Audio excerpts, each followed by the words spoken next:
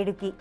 അവിടുത്തെ നിയമസഭാ പോരിൽ ഇക്കുറി വാശിയേറിയ പോരാട്ടം നടക്കുന്ന നിയമസഭാ മണ്ഡലമാണ് ഇടുക്കി. 2026 മത്സര ചിത്രം തെളിയുമ്പോൾ LDFിന് വേണ്ടി കേരള കോൺഗ്രസ് മാണി ഗ്രൂപ്പിലെ അംഗവും മന്ത്രിയുമായ റോഷി അഗസ്റ്റിൻ ഇക്കുറിയും രംഗത്തിറങ്ങും. ഇത്തവണ UDF പാളയത്തിൽ നിന്ന് രംഗത്തിറങ്ങുന്നത് ഇന്ത്യൻ നാഷണൽ കോൺഗ്രസിലെ റോയി കെ പൗലോസ് ആണ്. NDA മുന്നണിയിൽ നിന്നും BDJSലെ അഡ്വക്കേറ്റ് പ്രതീഷ് പ്രഭയാണ് മത്സരത്തിനുള്ളത്. പത്തനാപുരത്തെ കാര്യം പറഞ്ഞതുപോലെ തന്നെയാണ് ഇടുക്കിയിലെ കാര്യവും. 2001 മുതൽ ഇവിടെ റോഷി അഗസ്റ്റിൻ തന്നെയാണ് ജനപ്രിയൻ. മുന്നണി മാറിയാലും അതങ്ങനെ തന്നെ. 16ാം നിയമസഭയിലേക്ക് റോഷി അഗസ്റ്റിൻ 6ാം ഊഴത്തിനിറങ്ങുന്നത് ആത്മവിശ്വാസവും കൊണ്ടാണ്. പക്ഷേ ഇത്തവണ കേരള കോൺഗ്രസിൽ നിന്നും മാറി കോൺഗ്രസ് ആണ് UDFനായി സ്ഥാനാർത്ഥിയെ രംഗത്തിറക്കിയത്. ഇടുക്കി പൊതുവെ ഒരു UDF ചായ്വുള്ള മണ്ഡലമായാണ് കണക്കാക്കപ്പെടുന്നത്. 2001 മുതൽ 2016 വരെ അവിടെ 4 വട്ടം റോഷി അഗസ്റ്റിൻ മത്സരിച്ചതും UDF പ്രതിനിധിയായിട്ട് തന്നെയാണ്. എന്നാൽ UDF പാളയം വിട്ട് കേരള കോൺഗ്രസ് LDFിലേക്ക് ചേക്കേറിയപ്പോഴും ഇടുക്കി മണ്ഡല നിവാസികൾ അദ്ദേഹത്തെ കൈവിട്ടില്ല.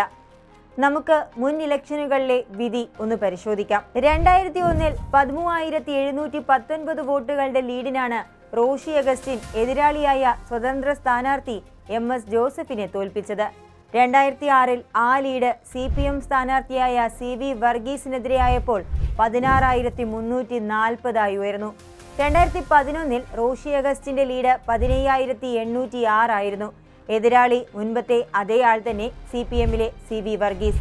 2016 LDF സ്വതന്ത്രനായ K ഫ്രാൻസിസ് ജോർജിനെ പരാജയപ്പെടുത്തിയത് 9,333 വോട്ടുകൾക്കും. 2021 റോഷി അഗസ്റ്റിൻ LDFന്റെ സ്ഥാനാർത്ഥിയായി വീണ്ടും ഇടുക്കിയിലേക്കെത്തി. മുന്നണി മാറിയപ്പോഴും ജനം കൈവിട്ടില്ല. 5,573 വോട്ടുകൾക്ക് കേരള കോൺഗ്രസിലെ ഫ്രാൻസിസ് ജോർജിനെ മുട്ടുകുത്തിച്ചു. ഭൂരിപക്ഷത്തിലുണ്ടായി വന്ന ഇടിവ് റോഷിയുടെ ജനസമിതിക്കേറ്റ ഇടിവാണോ എന്നതും ചോദ്യമാണ്. സീറ്റ് വിഭജന ചർച്ചയിൽ അസ്വാരസ്യങ്ങൾ ഉണ്ടെന്ന ആദ്യം വാർത്തകൾ വന്നിരുന്നുവെങ്കിലും UDF ഒറ്റക്കെട്ടായിയാണ് മുന്നോട്ടു പോകുന്നതെന്നാണ് മുന്നണി സ്ഥാനാർത്ഥി റോയി കെ പൗലോസ് പറയുന്നത്. UDFന്റെ മണ്ണിൽ UDF തന്നെ ജയിക്കുമെന്നതാണ് അദ്ദേഹം ആത്മവിശ്വാസം പ്രകടിപ്പിക്കുന്നത്. കഴിഞ്ഞ 10 വർഷങ്ങളായി കേരളം ഭരിച്ച് ഇല്ലാതാക്കിയ LDF ഭരണത്തിന് ജനം നൽകുന്ന മറുപടിയാകും UDFന്റെ വിജയമെന്നും അദ്ദേഹം കൂട്ടിച്ചേർക്കുന്നു.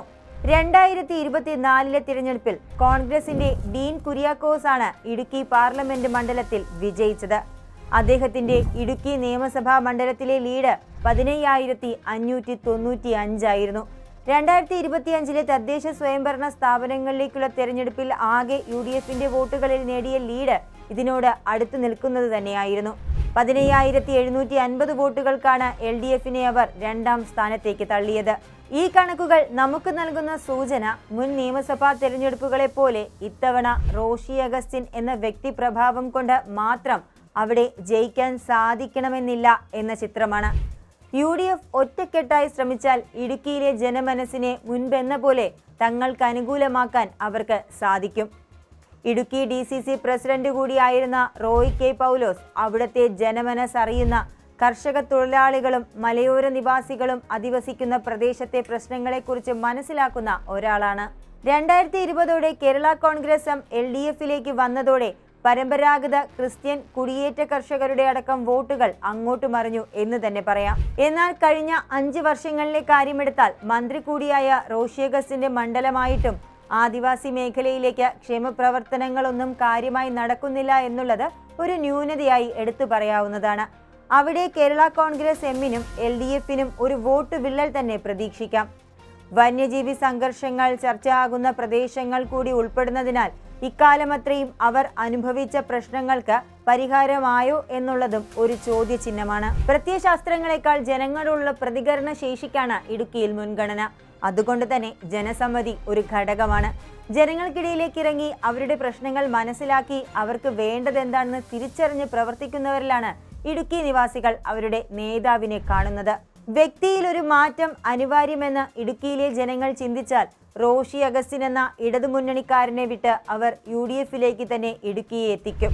റോഷി നടത്തുന്ന പ്രവർത്തനങ്ങളിൽ തൃപ്തരെങ്കിൽ റോഷി അഗസ്റ്റിന്റെ ശബ്ദം ഇനിയും ഇടുക്കിയെ പ്രതിനിധീകരിച്ച് നിയമസഭയിൽ മുഴങ്ങും.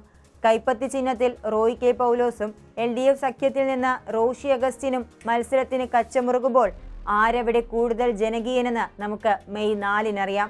കൂടുതൽ വാർത്തകൾക്കും വിശേഷങ്ങൾക്കും ഞങ്ങളുടെ channel like, share and subscribe ചെയ്യുക. കൂടാതെ സബ്സ്ക്രൈബ് ബട്ടണിലെ ബെൽ ഐക്കൺ ഇനേബിൾ ചെയ്യാനും മറക്കരുത്.